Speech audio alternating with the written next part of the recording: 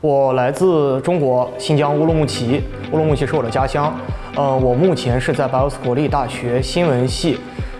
硕士1年级传播学学习。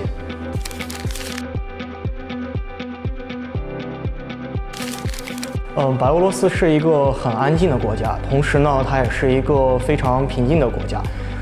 在白俄罗斯，首先治安很好，然后呢，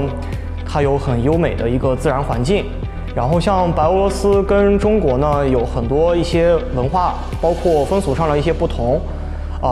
因为我们是有不同的一些文化习惯。像白俄罗斯的话，这里的人们也很和蔼可亲。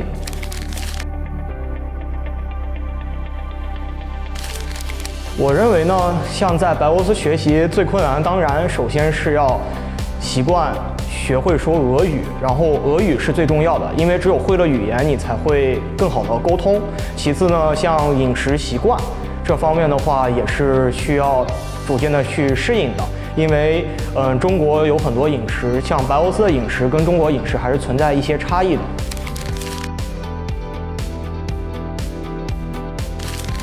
像白俄罗斯国立大学呢，给我有很深刻的印象。比如说呢，这里的老师都很和蔼可亲，同时呢也很负责。他们对于一些上进的，就是中国学生来说，他们会很善于的给这些中国学生更多的机会，让他们去接触到更多的一些社会活动当中，并且去锻炼这些学生的一些能力。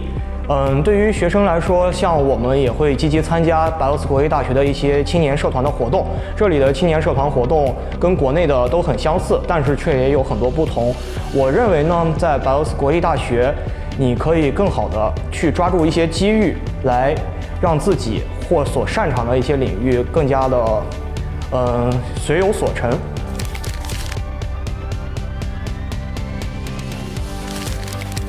我觉得如果用3个词来形容的话，可能会是充满惊喜，同时呢相对平淡，但是又有很大的机遇。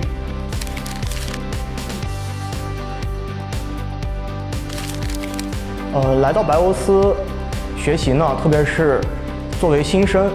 我们要学好俄语，因为语言是沟通的基础。语言也是你与这个国家、这个社会接触到最重要的一个桥梁。当你有了足够的语言基础的同时呢，你就可以在白俄罗斯做你想做的很多事情，让你的学习生活、你的留学生活充满无限的可能和未来。白俄罗斯的中国留学生呢，有很多的机会和可能性，在自己的留学当中去发挥更多的光彩。